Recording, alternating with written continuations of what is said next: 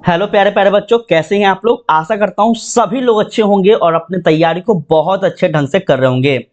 बच्चों, आप सभी को कहीं ना कहीं पता होगा कि अभी जो आपका यहाँ पे क्लासेस चलाए जा रहे हैं, यह क्लासेस उन सभी विद्यार्थियों के लिए है जो 2025 में बोर्ड एग्जाम देना चाहते हैं या फिर देने वाले हैं।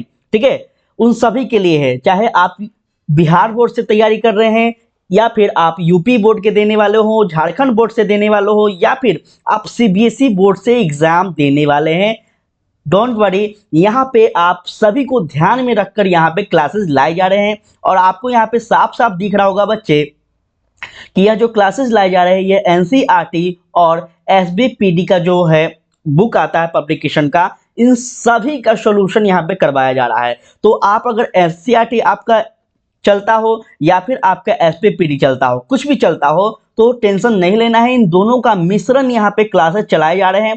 और यह क्लासेस आपको बता दें बच्चों कि अब तक 12th एग्जाम में चाहे आप यूपी बोर्ड से हैं, झारखंड बोर्ड से हैं या फिर बिहार बोर्ड से हैं, सभी एग्जाम को मिलाकर जो भी हिस्ट्री का, पॉलिटी का और ज्योग्राफी का, इकोनॉमिक का, ये सभी सब्जेक्ट को मिलाकर जितने भी क्वेश्चन पूछे गए हैं, हम इंडिविजुअल अलग अलग क्लासेस में इन सभी क्वेश्चन को करवा रहे हैं। तो आज हम लोग पॉलिटी का क्लास करने वाले हैं। इससे पहले हम लगातार 5-6 क्लास जो है हिस्ट्री का लिए थे, जिसमें हम आपको बताए थे कि कब कब कौन कौन से क्वेश्चन पूछे गए हैं किस बोर्ड एग्जाम में। ठीक है, तो चलिए शुरू करते हैं। और प्यारे बच्चों, आप सभी इसका पीडीएफ हमसे टेलीग्राम पे ले सकते हैं या फिर हमें आप इंस्टाग्राम और फेसबुक पे भी फॉलो कर सकते हैं। तो चलिए करते हैं स्टार्ट अपने इस अध्याय का। प्यारे बच्चों, आप यहाँ पे देख पा रहे होंगे सबसे पहला चैप्टर आज से पॉलिटी स्टार्ट हो रहा है आप सभी का। जिस तरह से हम लोग हिस्ट्री को कवर किए थे, बिल्कुल उसी अंदाज में हम लोग पॉलिटी को भी कवर करेंगे। ठीक है, सबसे पहला चैप्टर आपका यहाँ पे पता ही होगा कि आपका शीत युद्ध का जो दौर है, पहला चैप्टर पॉलिटी के अंतर्गत आते हैं। इसमें हम अभ्यास प्रश्नावली कर रहे हैं जिसका सार होगा एनसीईआरटी और एसपीपीडी दोनों का मिश्रण। ठीक है, तो चलिए सबसे पहले हम देखने का प्रयास करेंगे कि इस शीत युद्ध के दौर से कौन कौन से इंपॉर्टेंट क्वेश्चन है अपने एग्जाम के पॉइंट ऑफ व्यू से और किस किस बोर्ड एग्जाम में पूछा गया है कब कब।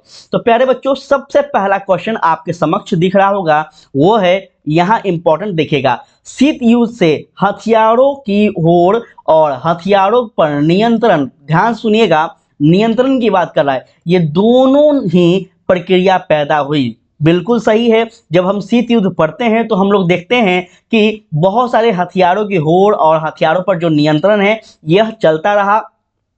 तो यह प्रक्रिया जो है क्यों पैदा हुई थी, ये आपसे क्वेश्चन पूछा गया है। और यह दोनों प्रक्रियाओं का कारण क्या था, क्वेश्चन पूछा गया है।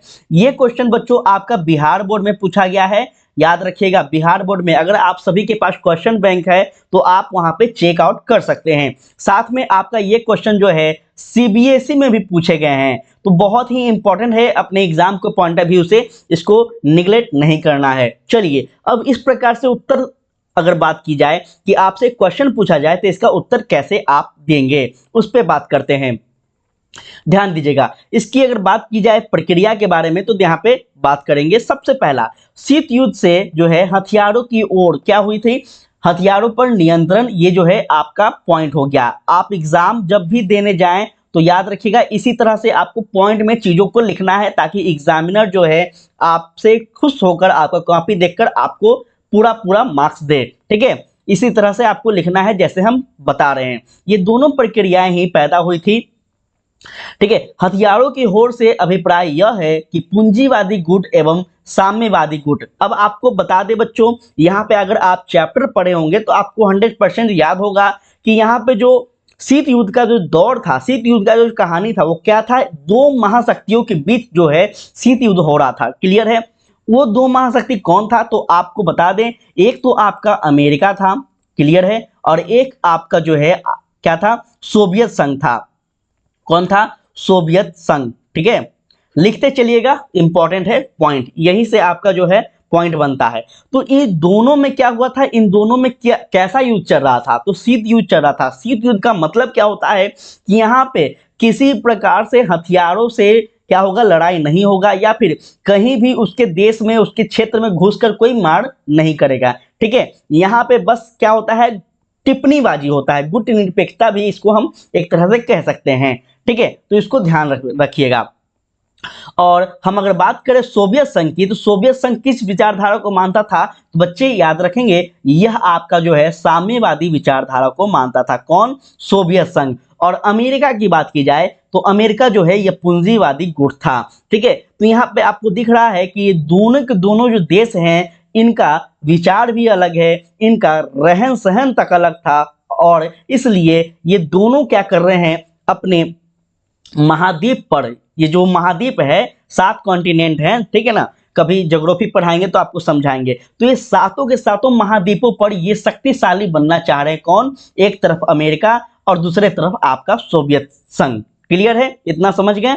अब यहाँ पे समझिएगा, ये दोनों गुट जो हैं दोनों ही एक दूसरे पर क्या कहे, अधिक प्रभाव रखने के लिए अपने अपने हथियार के भंडार बढ़ाने लगे, जिससे विश्व में हथियारों की क्या हो गई, होड़ शुरू हो गई। यही क्वेश्चन आपसे पूछा था ना, क्यों हुआ था, तो ये आप बता दिए कि इस कारण से हुआ। अब दूसरा पॉइंट, दूसरी तरफ हथियारों पर नियंत्रण से अभिप्राय यह है कि दोनों गुट यह सोचता था कि दोनों गुट में युद्ध होता है तो दोनों गुट क्या होगा, अत्यधिक हानि होगा। क्यों होगा ऐसा, देखिए अब अगर मानकर चलिए, यहाँ पे हमें चीजों को समझना है, इमेजिन करना सीखिएगा। ठीक है, तब आपको दिमाग में रहेगा, हमेशा याद रहेगा। अगर रटिएगा तो फिर एग्जाम में भूल जाएंगे। देखिए क्या यहाँ पे कहना चाह रहा है, यहाँ पे मानकर चलिए आप एक व्यक्ति हैं, ठीक है, आपका नाम कुछ भी हो, राहुल हो, ठीक है, मोहन हो, सोहन हो, कुछ भी हो।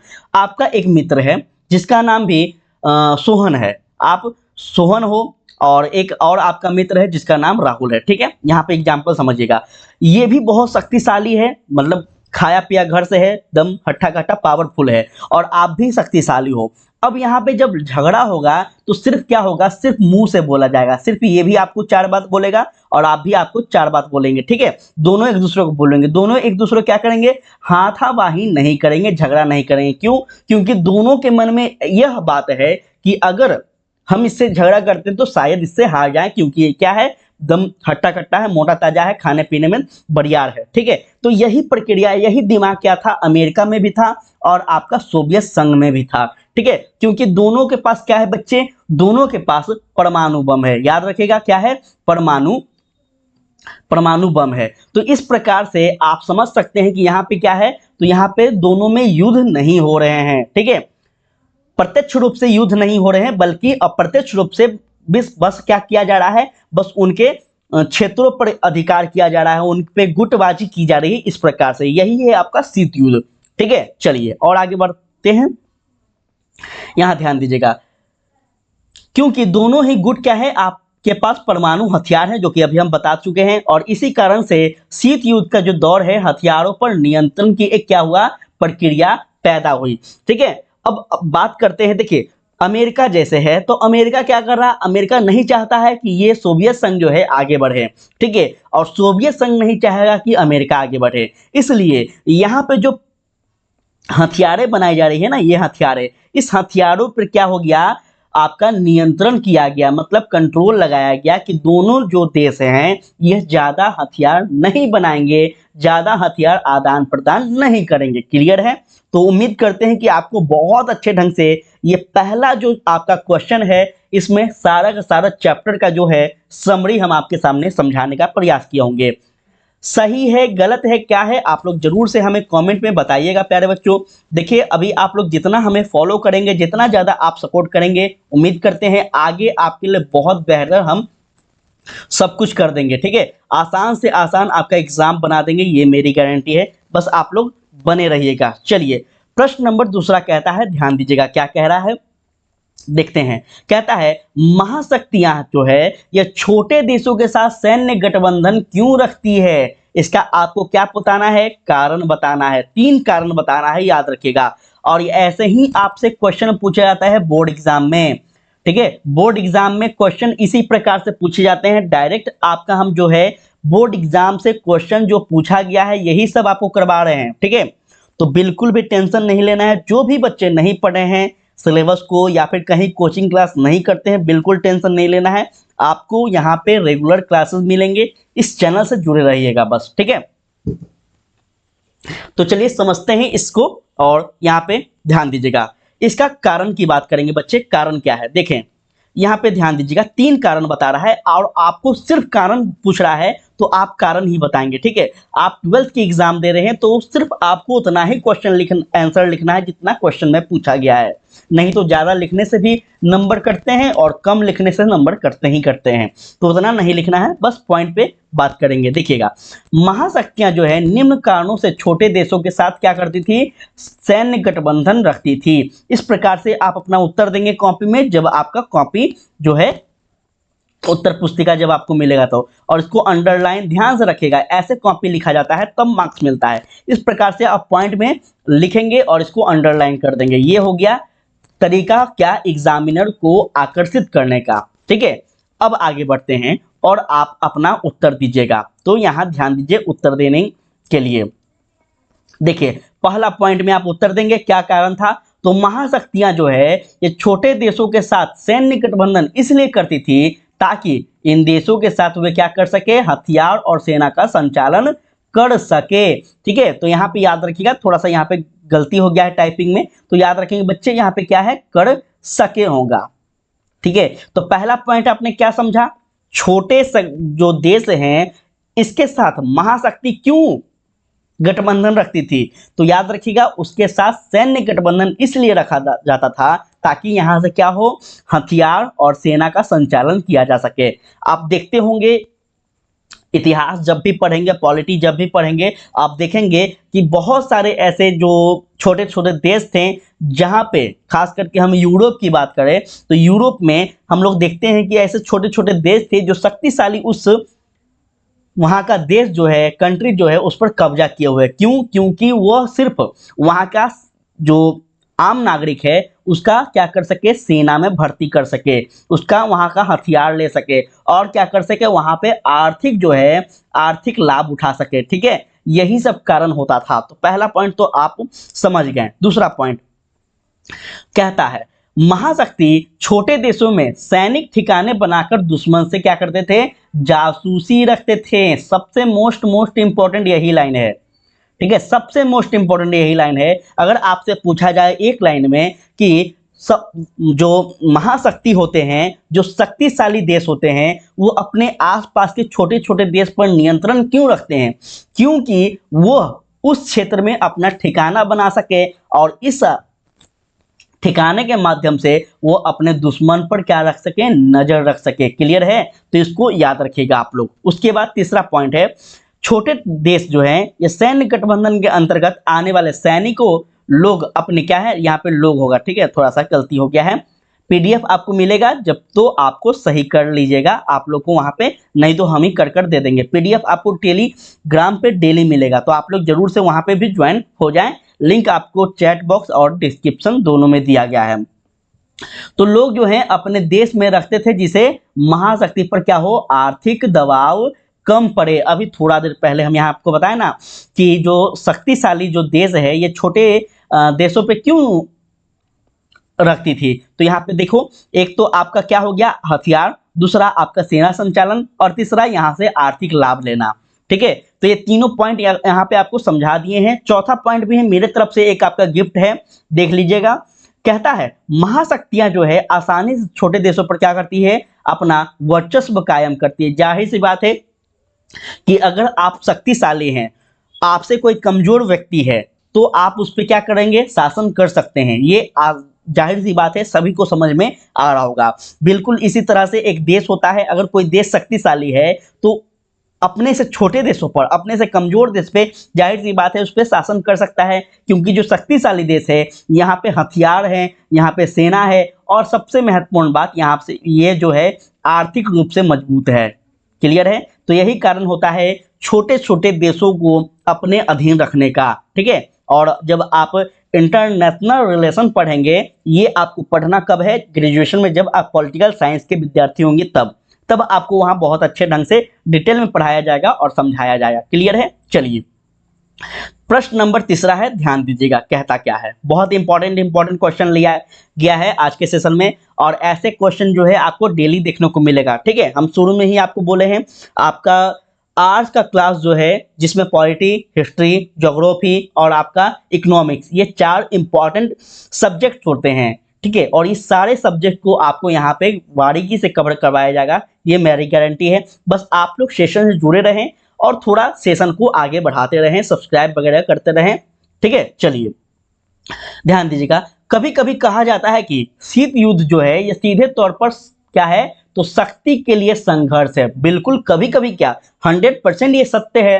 ठीक है, और इसका विचारधारा से कोई क्या है, कोई संबंध नहीं था। क्या आप इस कथन से सहमत हैं? देखिए, अब आपसे बोर्ड एग्जाम जो है, एग्जामिनर जो है आपके विचार को भी जानना चाह रही है कि आप क्या पढ़े हैं, एक साल जो आप पढ़े हो, क्या पढ़े हो, क्या आप इस चैप्टर में समझे हैं, ये भी जानना चाह रही है। तो आपको बताना है कि आपका विचार क्या है इस पे। ठीक है, अपने उत्तर के समर्थन से साथ क्या है, उत्तर देना, उदाहरण के साथ उत्तर देना है, ये आपको ध्यान में रखना है। चलिए अब समझते हैं कि अगर आपसे ऐसा क्वेश्चन पूछा जाए तो आप इसको कैसे टैकल करेंगे, कैसे कॉपी में लिखेंगे। ध्यान दीजिएगा, देखिएगा सबसे पहला यहाँ पे ध्यान दीजिएगा, कहता क्या है, उत्तर। शीत युद्ध के विषय में यह कहा जाता है कि इसका विचारधारा से अधिक संबंध नहीं था। ठीक है, अभी थोड़ा देर पहले हम आपको जो है ऊपर वाले क्वेश्चन में बताए हैं कि शीत युद्ध का जो कारण था उसमें एक महत्वपूर्ण कारण यह भी आता है कि जो दोनों देश था, सोवियत संघ और आपका ये अमेरिका, ये दोनों क्या था, अलग अलग विचारधारा था। एक साम्यवादी था और एक आपका पूंजीवादी था। तो यहाँ पे एक चीज तो आपको विचारधारा देखने को मिल गया। ठीक है, बल्कि शीत युद्ध जो है यह शक्ति के लिए संघर्ष था। लेकिन आपको डिफरेंसेस यहाँ पे एक और देखने को मिल रहा होगा बच्चे, वो क्या कि यहाँ पे जो विचारधारा है ना, ये विचारधारा, इस विचारधारा के लिए जो है यहाँ पे लड़ाई नहीं थी। लड़ाई किस लिए थी, तो लड़ाई यहाँ पे शक्ति के लिए थी। हम आपको बताएं ना कि जो दोनों देश है वो अपने आप को क्या करना चाह रही थी, तो विश्व की शक्तिशाली देश बनना चाह रही थी। ठीक है, इस कारण से यहाँ पे संघर्ष चल रहा था।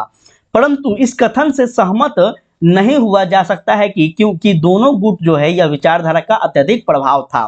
पूंजीवादी विचारधारा के लगभग सभी देश जो है अमेरिका गुट में शामिल थे। जैसे हम कह सकते हैं अमेरिका हो गया आपका, ब्रिटेन हो गया आपका, और आपका फ्रांस हो गया। ठीक है, तो ये सारे जो देश हैं अभी क्या है, आपका पूंजीवादी है। जबकि साम्यवादी विचारधारा वाले सभी देश जो है ये सोवियत संघ के गुट में शामिल थे, जिसमें हम आपका बात करेंगे रूस हो गया आपका, उस समय चीन हो गया आपका, जापान हो गया आपका, ये सारे देश जो है, जर्मनी हो गया आपका, ये सारे जो देश है बच्चे, ये क्या है, तो साम्यवादी है। याद रखिएगा, इंपॉर्टेंट है, हो सकता है आपका एमसीक्यू में पूछा जाए। ठीक है, विपरीत विचारधारा वाले देश में क्या था, तो नियंत्रण था। मतलब जो ये दोनों विचारधारा को नहीं मानते थे वो क्या करेंगे, तो वो ना ही अमेरिका को का सपोर्ट करेंगे, वो ना ही फ्रांस का सपोर्ट करेंगे, रूस का सपोर्ट करेंगे। ठीक है, ये आपको याद रखना है। जैसे जैसे आपसे पूछ ले तो अपना भारत, क्लियर है बच्चे, अपना भारत, अपना भारत जो है यह ना अमेरिका के पक्ष में था ना रूस के पक्ष में था, यह साइलेंट मोड में था। तो ये भी आपसे क्वेश्चन बन सकता है, तो याद रखेगा। ठीक है, अब यहाँ पे ध्यान दीजिएगा, वर्ष 1991 में सोवियत संघ के विखंडन से एक विचारधारा का पतन हो गया और इसके साथ ही शीत युद्ध भी क्या हो गया, समाप्त हो गया। कब, तो 1991 में जो है सोवियत संघ जो है इसका विखंडन हो गया। ठीक है, जब लेनिन का मृत्यु हो जाता है बच्चों, तो यहाँ पे जो सोवियत संघ है इसका विखंडन हो जाता है, क्योंकि काफी ज्यादा कमजोर पड़ जाता है और अंततः यह शीत युद्ध जो है समाप्त भी हो जाता है। क्लियर है, तो यहाँ पे आगे बढ़ते हैं। उम्मीद है कि आप सभी को चीजें समझ में आ रहा होगा। ठीक है, तो आज के लिए इतना ही रहने देते हैं, क्योंकि आज इतना ही है, ये फर्स्ट क्लास है आप सभी का पॉलिटी का। तो हमें देखना है यह कि आप लोग जो है इसमें कितना ज्यादा ट्रस्ट करते हैं, कितना ज्यादा आप लोग सपोर्ट करते हैं। ठीक है, अगर आप सभी का साथ रहा, सहयोग रहा, तो 100% हम बार बार बोल रहे हैं कि आपका जो है पूरे क्लास 12th का जितना भी आपका आर्ट्स विषय में है, ठीक है, सारा कवर करवाया जाएगा। आपका previous year question, objective subjective दोनों, और साथ में इंपॉर्टेंट, वेरी वेरी इंपॉर्टेंट जो भी क्वेश्चन होंगे एक्सपेक्टेड, ये भी करवाए जाएंगे। तो सब कुछ करवाया जाएगा और साथ में आपको पीडीएफ भी दिया जाएगा, वो भी सब कुछ निःशुल्क। ठीक है, बस आप सभी को डेली यहाँ पे जोड़ना है और साथ में अपने फ्रेंड्स, सबको भी जोड़ना है। ठीक है, तो आज के लिए इतना ही। उम्मीद करते हैं आप सभी को समझ में आया होगा, अच्छा लगा होगा। अगर अच्छा लगे तो प्लीज आप लोग कमेंट में जरूर बताइएगा कैसा रहा क्लास। तो आज के लिए इतना ही। जय हिंद, जय भारत।